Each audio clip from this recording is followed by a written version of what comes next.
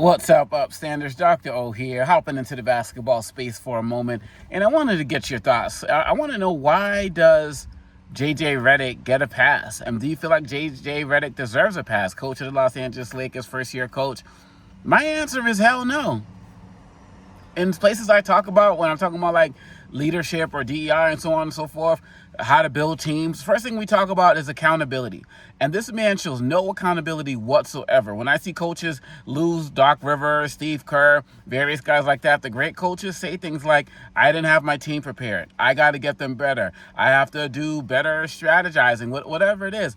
Then you look at some of these articles on ESPN, he's throwing everybody under the bus. The Lakers got to be in championship shape. We need to have a big man. Did you look at our roster? Et cetera, et cetera, et cetera. That's not leadership. It's very Trumpian, to be quite honest. Like when the economy's doing good under Trump, it's Trump's economy. When it's doing bad, it's Biden's economy. Like, this is what this guy does. And one of the problems I have with it is that everybody, before he became a coach, everybody talked to him, and before I get to that, and then I see these other guys, defending him, the Stephen A. Smiths, the Jay Williams of the world. I appreciate people like Tim Legler and Perkins who are like, nah, like, put some of the blame on this guy. We can talk about Luka being in shape. We can talk about LeBron being old and all that other type of stuff. There's always blame to go around.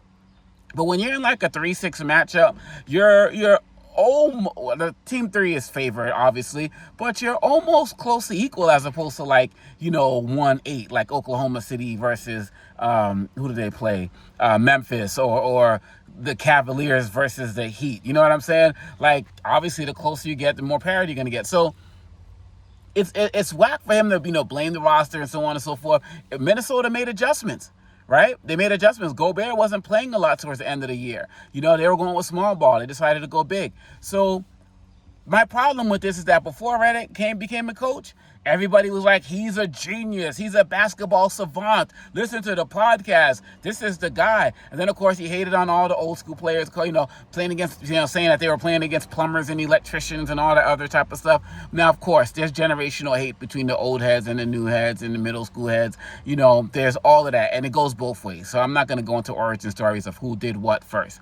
But his mentality was so arrogant and so cocky that, I know basketball better than anybody. And I know how to do this better than anybody. And he got in that job that he was not qualified to have. And he got this job. And look, he's a first-year coach. And first-year coaches are going to learn things. They're going to make mistakes. They're going to have to do various things. But if you're not taking any responsibility for that, he's basically saying, give me a bunch of superstars, or, give me the perfect roster with everybody in perfect shape and perfect health, and then watch what I do then. And that's not how it is. When Larry Brown's Detroit Pistons beat the Lakers years ago, they had Kobe and Shaq. They were the superstars. Pistons didn't have any superstars. They had Richard Hamilton, Chauncey Billups, Ben Wallace, Tayshaun Prince, you know what I mean? And Rasheed Wallace. And they didn't have any stars, but they had good coaching. And it's like Michael Jordan said. He's like, give me 5 basically amateurs who have a better respect for the game, and I'll take them over 5 stars that have no respect for the game any day.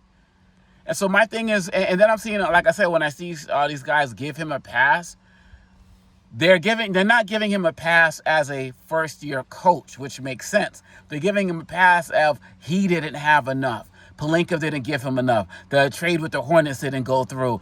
Luka didn't come in shape, and all of that, et cetera, et cetera, et cetera. And it's ridiculous. It's ridiculous. This guy came in as, I know better than everybody else, and he got exposed.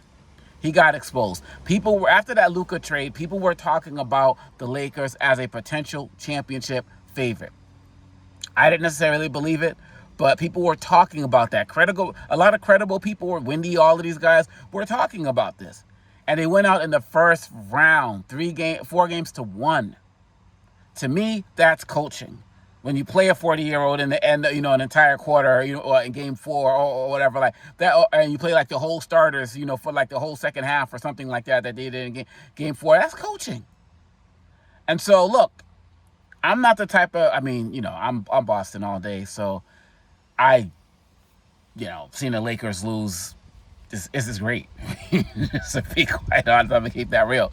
But look, if you're going to come into this profession and do this work and so on and so forth, and you're going to work hard, I want people who work hard to get the benefits that they deserve. But if this guy's going to throw everybody under the bus and basically have this idea of every time we lose, it's on them, every time we win, it's on me because I'm the basketball savant, I know more than anybody in the history of basketball before basketball was even invented, if there was me, like, nah, this ain't cool.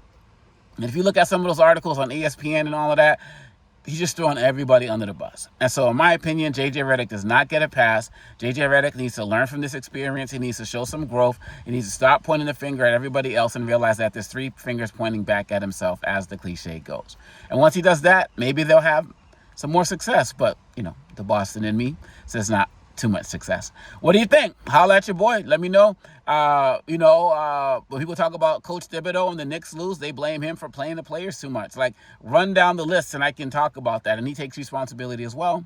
Let me know what you think. Holla, subscribe, and share. I'd love to get more people involved in this conversation. Peace out.